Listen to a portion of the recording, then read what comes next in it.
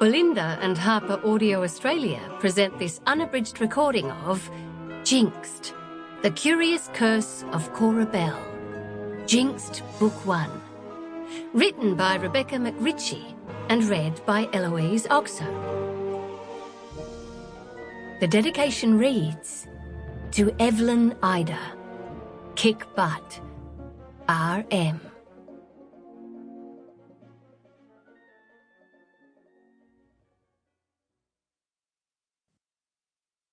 Prologue. The Princess in the Yellow Nightdress. In a crowded forest, not near anywhere, a woman in a yellow nightdress ran for her life. Her long amber hair lashed behind her as she gasped heavy breaths and sprinted barefoot between the trees. Her back stung from where her wings once were. The remaining feathers fell away in tufts at her feet. She stopped running when the ground ended. Panting, she looked out in front of her.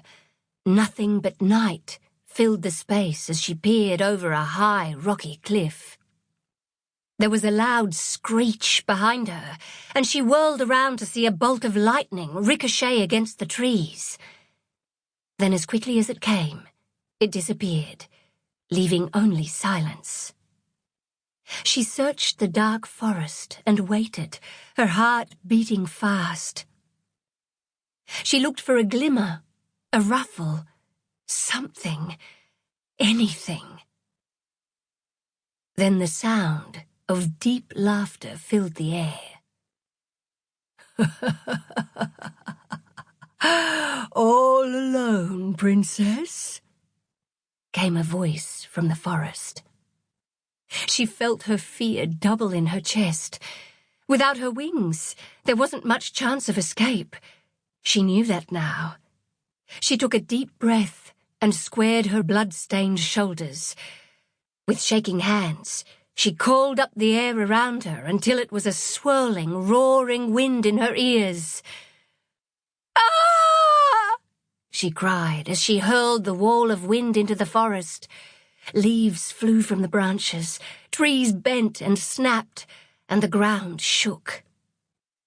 Then, without pause, she hurled another and another and another until the trees in front of her were bare.